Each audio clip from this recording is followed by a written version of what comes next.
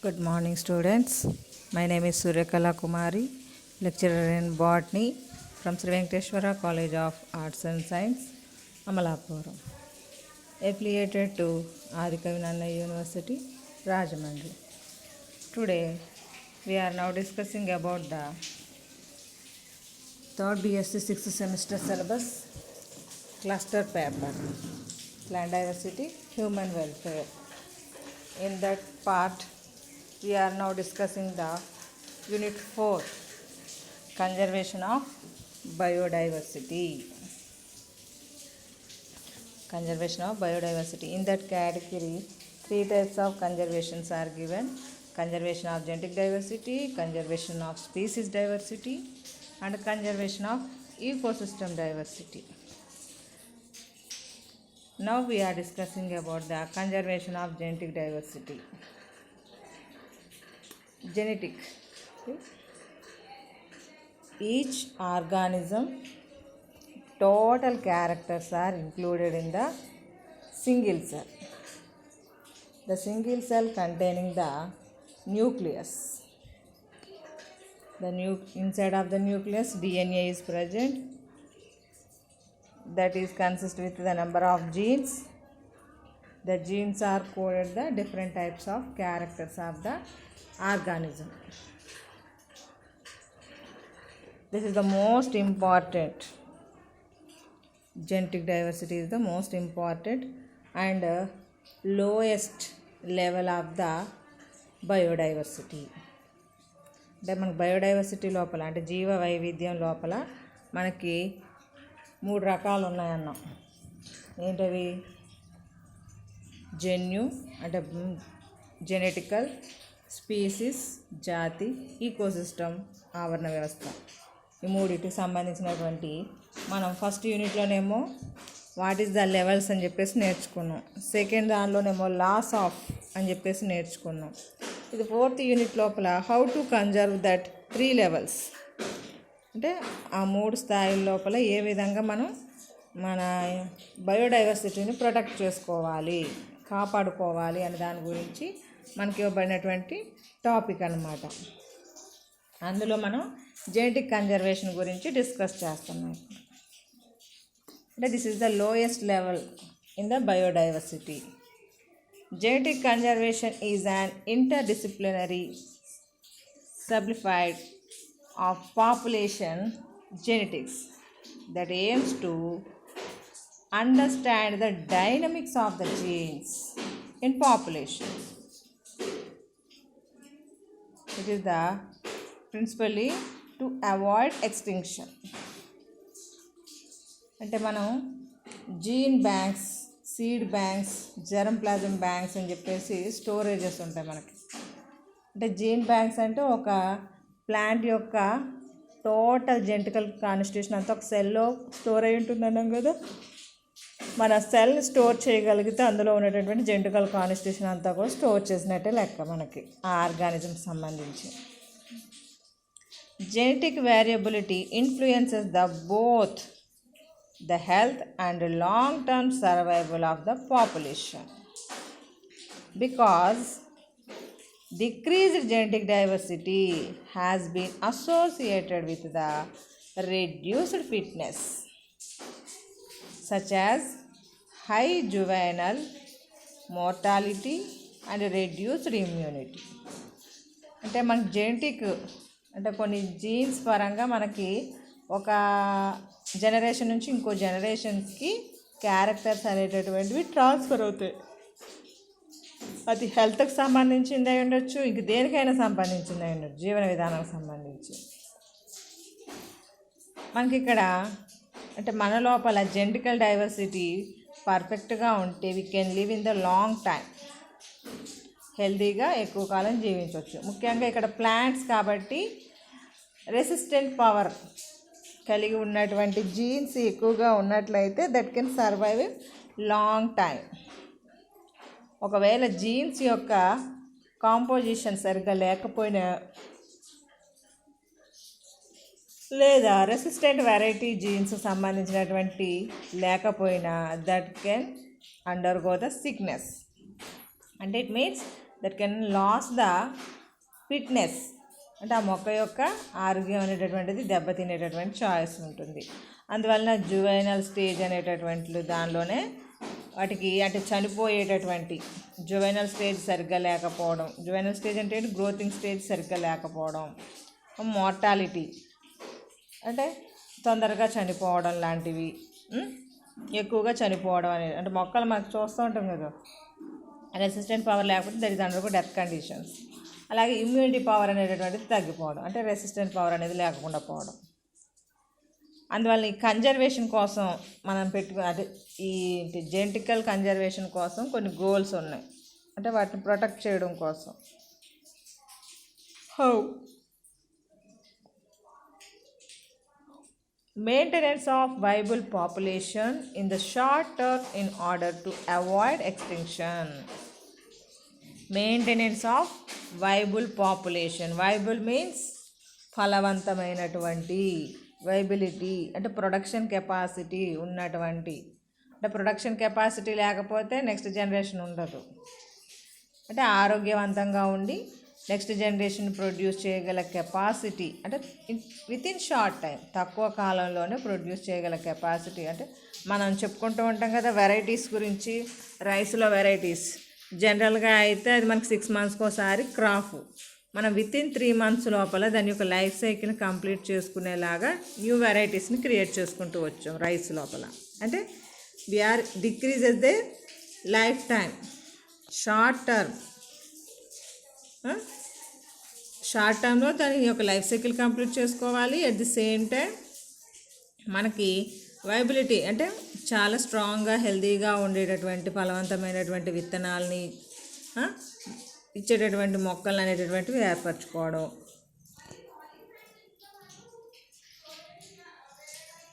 Maintenance of the ability of the population for continuing speciation. అంటే population అంటే ఏంటో group of individuals, అంటే ఒకే జాతికి సంబంధించినటువంటి మొక్కలు అన్నమాట. అలాంటి సముదాయాన్ని మనం పాపులేషన్ అని చెప్పేసి పిలుస్తూ ఉంటాం. దాన్ని మనం కంటిన్యూగా మెయింటైన్ చేయగలగాలి. అంటే ఆ ఒక్క జాతి, అంటే ఇప్పుడు ఒక గార్డెన్ లోపల రకరకాల జాతులు ఉంటాయి, అందులో ఒక్కొక్క జాతికి సంబంధించి ఒక 10 మొక్కలు ఉన్నాయనుకోండి. ఆ 10 మొక్కలు అలా ఉండేలా మెయింటెనెన్స్ చేయగలిగితేనే నెక్స్ట్ జనరేషన్లో కూడా అవి సర్వైవ్ అవుతూ ఉన్నట్లు లెక్క.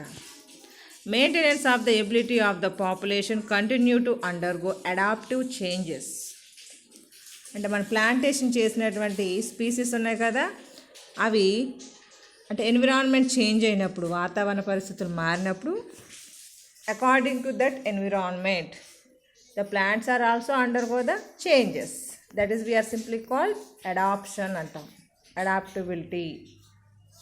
అంటే వాతావరణంలో మార్పు వచ్చినప్పుడు ఆ వాతావరణంలో ఉండే మార్పులకు అనుగుణంగా ఇవి కూడా వాటి యొక్క బాడీని మార్చుకుంటూ ఉంటాయి ప్లాంట్స్ అనేటటువంటివి. అంటే అలా ఉంటేనే దట్ కెన్ సర్వైవ్, బతకగలుగుతాయి మొక్కలు, లేకపోతే that can undergo the death conditions. ఇక్కడ మనం ఈ మొక్కలకు సంబంధించి జెనెటికల్ బేసిక్గా ఏ టెక్నిక్స్ యూస్ చేస్తున్నాం అంటే ప్రొటెక్షన్ చేసుకోవడానికి, కన్జర్వేషన్ పర్పస్ కోసం అని చెప్పేసి. Specific genetic techniques are used to assess the genomes of a species. కొన్ని రకాల టెక్నిక్ పేర్స్ మెన్షన్ చేసిన ఇక్కడ అనమాట. Regarding to specific conservation issues as well as general population. అంటే general population structures. This analysis can be done into 2 ways with the current DNA of individuals or historic DNA. అంటే ఈ 2 పద్ధతులు మేజర్గా డిఎన్ఏని మనం store చేసుకోవడం అనేటటువంటిది.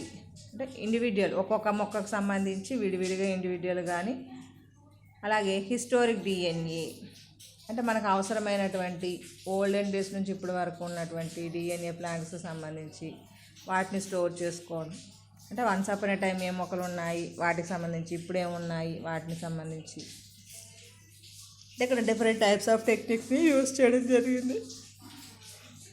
Techniques for analysis the differences between the individuals and populations. What are the techniques? Allo enzymes and random fragment length polymorphism, RFLP. మనం 5th సెమిస్టర్లో చదువుకున్నాం. ఇవన్నీ కూడా మనకి జెనెటిక్ మార్కర్స్ లాగా యూజ్ అవుతూ ఉంటాయి అని చెప్పేసి.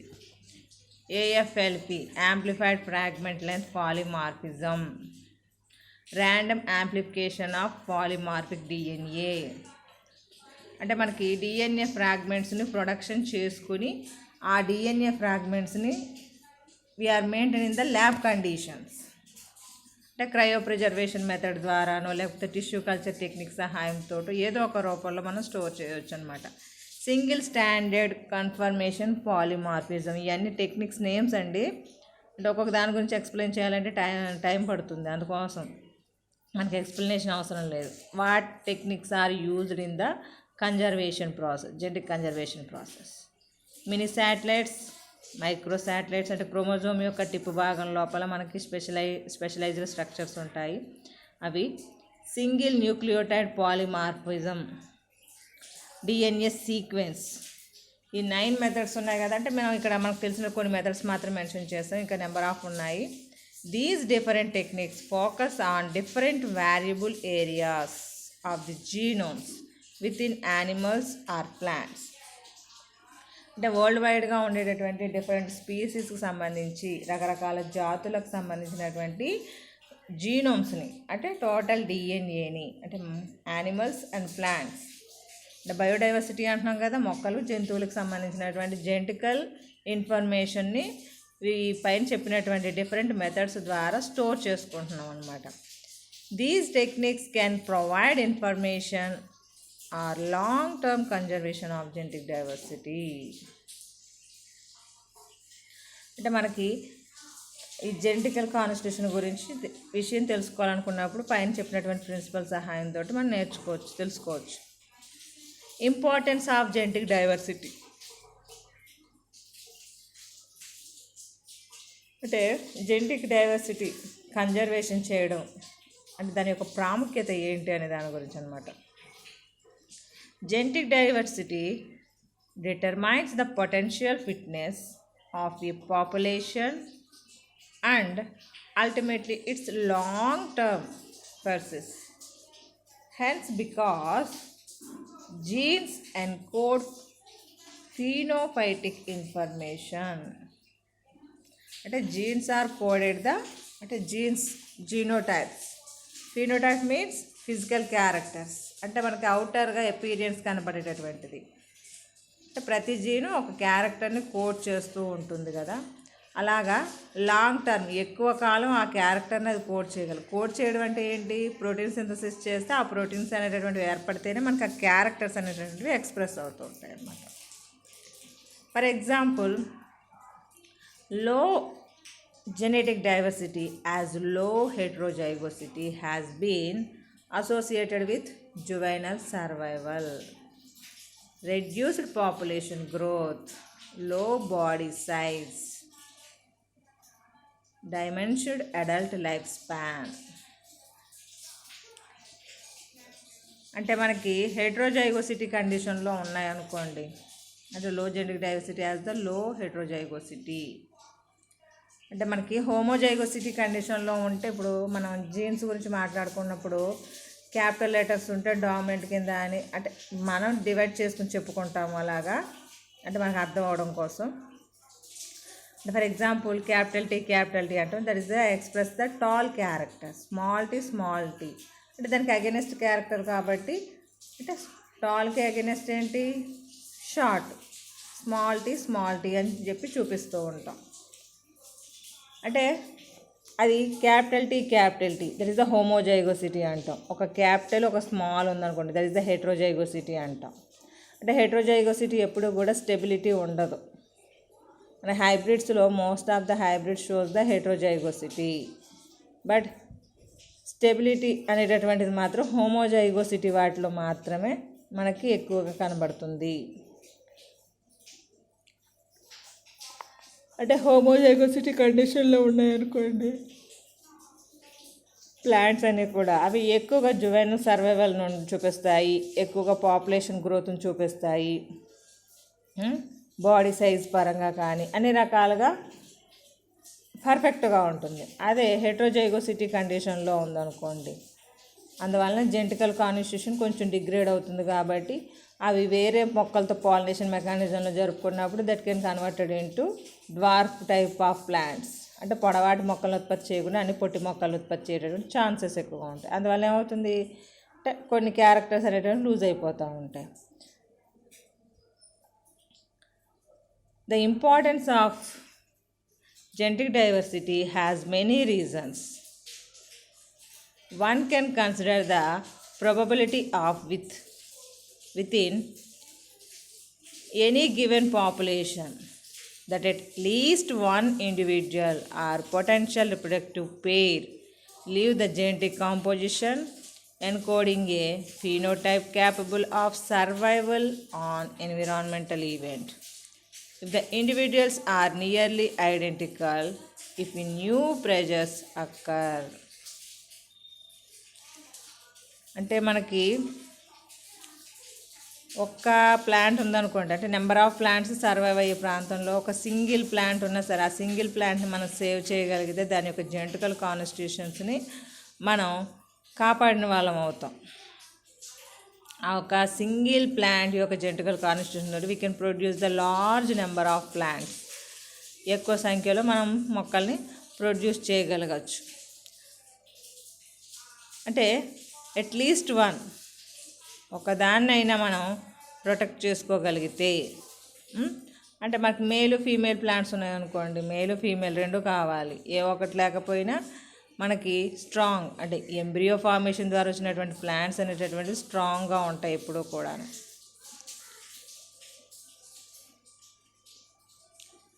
The genetical diversity of a species is always open to change, no matter how many variants of a gene are present in population today.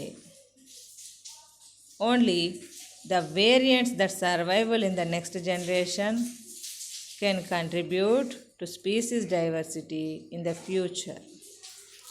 Once gene variants are lost, they cannot be recovered. అంటే మనకి ఇప్పుడు genetical diversity ఉందన్నమాట. అంటే వాతావరణ మార్పులు, ఇప్పుడు ఒక రకమైనటువంటి స్పీసీస్ ఉందనుకుందాం, ఒక 2020 లోపల ఒక రకమైనటువంటి స్పీసీస్ ఉంది, అది అలాగే ఉంటుందా after the some of 10 years?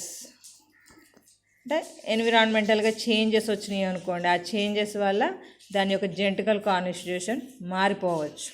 అంటే అప్పుడు ఉన్నటువంటి వాతావరణ పరిస్థితులకు అనుకూలంగా చేంజ్ అవుతుంది.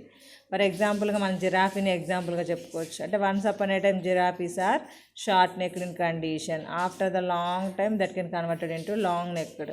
అంటే షార్ట్ నెక్డ్ జిరాఫీస్ మనం ఇప్పుడు చూద్దామన్నా కనిపించవు.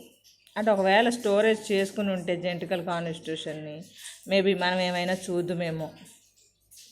అందుకే ద జీన్స్ ఆర్ వన్స్ లాస్డ్.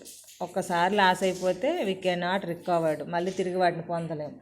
అంటే ఒకప్పుడు 10 years బ్యాక్ ఒక రకమైనటువంటి జాతి, ఆ తర్వాత 10 years తర్వాత ఎన్విరాన్మెంటల్ చేంజెస్ రావడం వల్ల ఇంకొక వేరియేషన్ వచ్చింది. అందువలన ఆ జెనెటికల్ కాన్స్టిట్యూషన్ మనకు దొరుకుతుందా? దొరకదు. అందుకే చెప్పేది contributors to extinction, inbreeding and inbreeding depression. అంటే మనకి బ్రీడర్స్ అంటాం. అంటే క్రాసింగ్ ఓవర్లో పార్టిసిపేట్ చేసేటటువంటి ప్లాంట్స్ని మనం బ్రీడర్స్ కింద మెన్షన్ చేస్తాం. లేదా ఏ ప్లాంట్నైనా మనం బ్రీడ్స్ అని చెప్పేసి మెన్షన్ చేసుకుంటూ ఉంటాం. ప్లాంట్ అంటే స్పీసీస్ కానీ వెరైటీస్ కానీ ఏదైనా సరే బ్రీడ్ అంటాం. అవి డిప్రెషన్ అంటే ఏంటి అంటే మామూలుగా అయితే డిప్రెషన్ అంటే మెంటల్గా అప్సెట్ అవ్వడం అని చెప్పేసి చెప్తూ ఉంటాం. అంటే జెనెటికల్ లాస్ అనేటటువంటిది ఇక్కడ. అంటే ఒక స్పీసీస్ లోపల జెనెటికల్గా లాస్ జరిగితే that can undergo the depression process. అంటే మనకు ఉండవలసినటువంటి జీన్స్ లేకుండా some of genes are undergo the losing process. అంటే పేరెంట్స్లో ఉండేటటువంటివి నెక్స్ట్ జనరేషన్లో లేకపోయినాయి అనుకోండి, దాన్ని జెనెటికల్ డిప్రెషన్ కింద మనం చెప్పొచ్చు. ద అక్యుములేషన్ ఆఫ్ డిలీషనస్ మ్యూటేషన్స్, అంటే మనకి ఎక్స్టింక్షన్ అయిపోవడానికి అంటే జీన్స్ పోవడానికి కారణం one of the reason in breeding depression ఒకటైతే, రెండోది డిలీషన్ మ్యూటేషన్స్. అంటే మ్యూటేషన్స్ జరుగుతూ ఉంటాయి. అంటే కొత్త క్యారెక్టర్స్ రావచ్చు, పాత క్యారెక్టర్స్ పోవచ్చు, ఏదైనా జరగవచ్చు. కొన్నిట్లో పాత క్యారెక్టర్లు ఉండొచ్చు, కొన్నిట్లో ఉండకపోవచ్చు. అంటే మనకి మ్యూటేషన్స్ అనేటటువంటి జరగడం వలన అందులో ఉండేటటువంటి జీన్స్ అనేటటువంటి డిలీట్ అయిపోతూ ఉంటాయి కొన్ని. ఇప్పుడు లాంగ్ నెక్డ్ అన్నాం, షార్ట్ నెక్డ్ అన్నాం. అంటే షార్ట్ నెక్డ్ క్యారెక్టర్ డిలీట్ అయిపోయి లాంగ్ నెక్డ్ క్యారెక్టర్ అనేటటువంటిది ఎస్టాబ్లిష్ అయిపోయింది. A decrease in frequency heterozygotes in a population are heterozygosity, which decreases a species' ability to evolve to deal with change in the environment. అంటే heterozygosity కండిషన్లో ఉన్నటువంటి species ఏమవుతాయి, అవి స్టేబుల్గా ఉండవన్నాం కదా. వేరే ప్లాంట్ తోటి క్రాస్ ఓవర్ చేసినప్పుడు అవి హెట్రోజైగోసిటీ కండిషన్లో ఉంటే that can undergo the changes. అంటే హోమోజైగోసిటీ పూర్తిగా డామినెంట్ క్యారెక్టర్ రావచ్చు, లేదా పూర్తిగా రెసెసివ్ క్యారెక్టర్ రావచ్చు. అంటే యాజ్ యూజువల్గా మనకు ఆ పేరెంట్లు ఎలా ఉందో అలాగే రావాలని రూల్ ఏం లేదు కదా. అందువల్ల హెట్రోజైగోసిటీ కండిషన్లో హై క్వాలిటీ, అంటే ఎక్కువగా మనకి హైబ్రిడ్స్ లోపల హెట్రోజైగోసిటీ ఉంటూ ఉంటాయి. అవి స్టేబుల్గా ఉండాలని రూల్ ఏం లేదు కాబట్టి we can loss the some of out breeding depression. మనం బయట నుంచి కొన్ని ప్లాంట్స్ ఎక్స్పోర్ట్ చేసుకుని తెచ్చుకుంటాం, ఇంపోర్ట్ చేసుకుంటాం. అంటే మనం కొన్ని ఎక్స్పోర్ట్ కొన్ని ఇంపోర్ట్ చేస్తాం కదా. ఇంపోర్ట్ చేసినటువంటి ప్లాంట్స్ని మన లోకల్ ప్లాంట్స్ తోటి కూడా బ్రీడ్ చేస్తూ ఉంటాం. చేసినప్పుడు లోకల్ ప్లాంట్స్ యొక్క జీన్స్ డిలీట్ అయిపోయి అవుట్ సైడ్ ఉన్నటువంటి ప్లాంట్స్లో నుంచి మనకి కొన్ని క్యారెక్టర్స్ యాడ్ అవుతూ ఉంటాయి. అంటే that is also out breeding depression. Fragmented population, అంటే అప్పటి వరకు ఒక గ్రూప్గా ఉన్నటువంటి ప్లాంట్స్ అన్నిటిలో కూడా చిన్న మ్యూటేషన్ రావడం ద్వారా ఆ స్పీసీస్ వేరియేషన్, అంటే సబ్ స్పీసీస్ ఫార్మేషన్ వచ్చేస్తూ ఉంటుంది. అందువల్ల ఇంకో కొత్త రకమైనటువంటి వేరియేషన్ అనేటటువంటి రావడం వల్ల అప్పటి వరకు ఉన్నటువంటి స్పీసీస్ కాస్త రెండు ముక్కలు అవుతుంది. మళ్ళీ అందులో ఏమైనా వేరియేషన్స్ వస్తే once again divided into some of parts. అంటే ఫ్రాగ్మెంటేషన్ జరగడం ద్వారా we can loss the some of genes. Taxonomic uncertainties which can lead a reprioritization of conservation efforts. అంటే మనకి ఇప్పుడు ఒక స్పీసీస్ లోపల వేరియేషన్స్ వచ్చాయి, దాన్ని ఏ పొజిషన్లో పెట్టాలో మనకే తెలియకుండా పోతుంది. అప్పుడు genetic drift as the main revolutionary process instead of natural selection management units with in a species. Genetic drift అంటే మనకి కొన్ని డిజార్డర్స్ వచ్చినప్పుడు, న్యాచురల్ డిజార్డర్స్ వచ్చినప్పుడు that can undergo the evolutionary process. అంటే లాస్ అయిపోవడం ద్వారా ఏదో 1 or 2 స్పీసీస్ మిగిలితే that can undergo the formation of the population. అంటే అప్పుడు ఏమవుతుంది, ఆ రెసిస్టెంట్ పవర్ని ఇంక్రీజ్ చేసుకున్నటువంటి న్యూ వెరైటీ వస్తుంది. అంతకుముందు ఉన్నటువంటి స్పీసీస్ మనకు దొరకదు. అంటే ఈ విధంగా మనకి జెనెటికల్ ఎక్స్టెన్షన్ అనేటటువంటిది జరుగుతూ వస్తుందన్నమాట. అంటే ఇన్బ్రీడింగ్ డిప్రెషన్ ద్వారా కావచ్చు, మ్యూటేషన్స్ ద్వారా కావచ్చు, heterozygosity condition, out breeding depression, fragmented populations, ఇలాగే కొన్ని మెథడ్స్ ద్వారా మనకి ఎక్స్టెన్షన్ ఆఫ్ ద జీన్స్ అనేటటువంటిది జరుగుతూ వస్తుంది. అంటే అలా జరగకుండా మనం ప్రొటెక్ట్ చేసుకోవాలి. This is the genetical diversity conservation process. Next, conservation of ecosystem diversity. There has been a decline in biodiversity. అంటే మనం ఇక్కడ ఈకోసిస్టమ్ అంటున్నాం, ఇందాకైతే జెనెటికల్ అన్నాం. అంటే సెల్ లోపల ఉండేటటువంటి ఆర్గానిజం లోపల ఒక సెల్లో ఉండేటటువంటి జెనెటికల్ కాన్స్టిట్యూషన్. ఇప్పుడు ఒక ఈకోసిస్టమ్, ఒక ఆవరణ వ్యవస్థలో ఒక డిజర్ట్ అయి ఉండొచ్చు, ఒక పాండ్ అయ్యొచ్చు, ఒక గ్రాస్ ల్యాండ్ అయి ఉండొచ్చు, anyone, that is the ecosystems. అంటే there are number of population groups are living in that one region. The different types of species are grown that region. Particularly in agriculture areas where habitats have been destroyed or altered, leaving behind fragmented patches of vegetation. అంటే ఇప్పుడు ఏమైంది, biodiversity అంటే once up అనే time అయితే న్యాచురల్గా అన్ని మొక్కలు grow up అవుతూ ఉండేవి. But now man undergo the cultivation process. ఆ కల్టివేషన్ చేయడం ఏంటి, ఒకే రకమైనటువంటి మొక్కల్ని పెంచడం జరుగుతూ వస్తుంది. అందువలన ఒక ఏరియా లోపల only one type of plants మాత్రమే గ్రో అవుతూ ఉన్నాయి. అంటే రిమైనింగ్ ప్లాంట్స్ ఆ ఏరియాలో ఉండవు, ఒకే రకమైనటువంటి. ఇప్పుడు మనం చూడండి, జామ తోటలు, మామిడి తోటలు, ఇలాగా విడివిడిగా, కొబ్బరి తోట, అంటే మధ్యలో వేరే ప్లాంటేషన్ మనం చెయ్యం. ఒకవేళ వచ్చినా పీకి పడేస్తూ ఉంటాం కదా, అందువలన అక్కడ ఈకో సిస్టమ్ అనేటటువంటిది బ్యాలెన్స్డ్గా ఉండదన్నమాట. These remnants and the biodiversity the support are under continuing threat. అంటే మనం ఇలాగ ఏం చేస్తాం, కొంచెం ఏరియాని సెలెక్ట్ చేసుకోవడం, ఓన్లీ వన్ టైప్ ఆఫ్ ప్లాంట్స్ని ప్లాంటేషన్ చేయడం. దీనివల్ల ఏమవుతుంది మనకి, we can loss the ecosystem. అంటే అక్కడ పెరగాల్సినటువంటి డిఫరెంట్ స్పీసీస్ మొత్తం కూడా వెళ్ళిపోతూ ఉంటాయి. It is important to manage and rehabilitation these areas of the further loss of biodiversity is to avoided. అంటే only one type of plantation చేయకుండా different types of plantation చేసేలాగా చూసుకోవాలి. అంటే only one type of plantation అనేటటువంటిది avoid చేసుకునేలా చూసుకోవాలి. అంటే అగ్రికల్చర్లో మనం ఓన్లీ ఒక రకమే పండించుకుంటూ ఉంటాం. Conserving our biodiversity is extremely important, not only in terms of its intrinsic values, but many of our economic activities are based on healthy and functioning natural ecosystems. అంటే మనం ఆర్థికంగా మన నేచర్ మీద ఆధారపడి ఉంటాం కాబట్టి వాటి నుంచి వచ్చేటటువంటి ప్రొడక్ట్స్ని మనం ఫర్దర్గా యూస్ చేయడం జరుగుతూ ఉంటుంది. అంటే ఈకో సిస్టమ్ అనేటటువంటిది హెల్తీగా ఉన్నట్లయితే మనం అక్కడ ఉండేటటువంటి వాతావరణం, బయోడైవర్సిటీ కూడా చాలా హెల్తీగా ఉంటుందన్నమాట. అంటే మన యొక్క యాక్టివిటీస్ కోసం we can undergo the deforestation. అక్కడ ఉన్నటువంటి మొక్కలన్నిటిని పీకేయడం జరుగుతూ ఉంటుంది. An essential part of the ecosystem conservation is the establishment of a comprehensive and well-managed reserve system. This system already contains a wide range of many our unique ecosystems, from the sandy and stony desert areas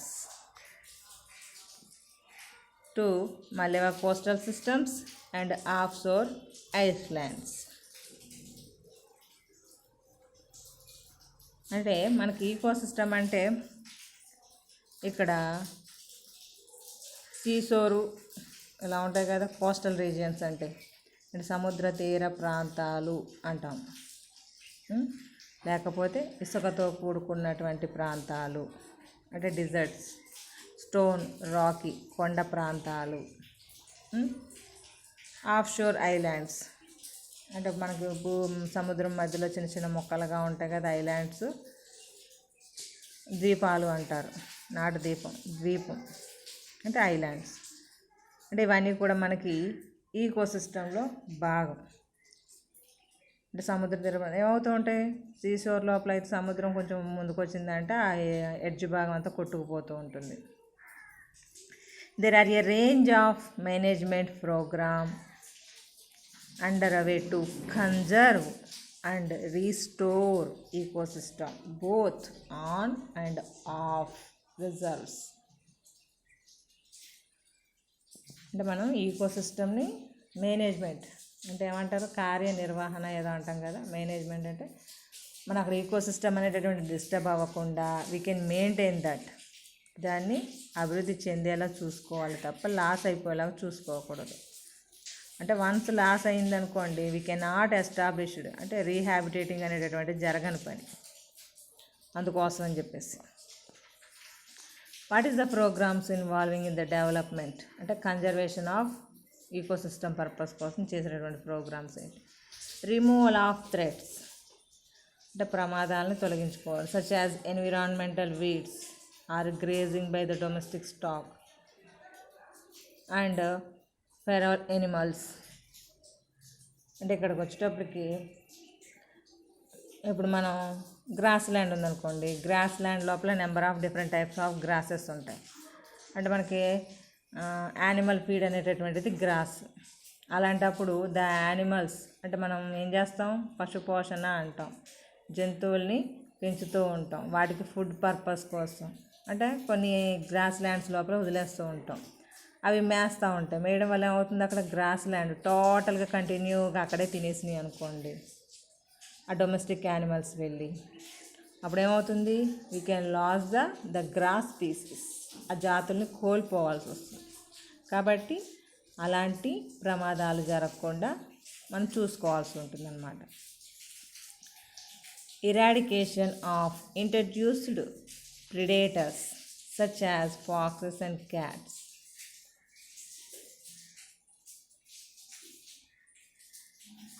అంటే ఇప్పుడు ఈ foxes cats ఇవి ఏం చేస్తాయి, చిన్న చిన్న animals అన్నిటినీ కూడా ఫుడ్గా తీసుకుని ఉంటాయి అన్నమాట.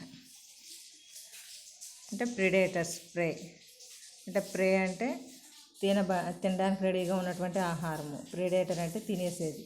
అంటే ఈ మన ప్రిడేటర్స్ ఏంటి, ఫాక్సెస్, క్యాట్స్.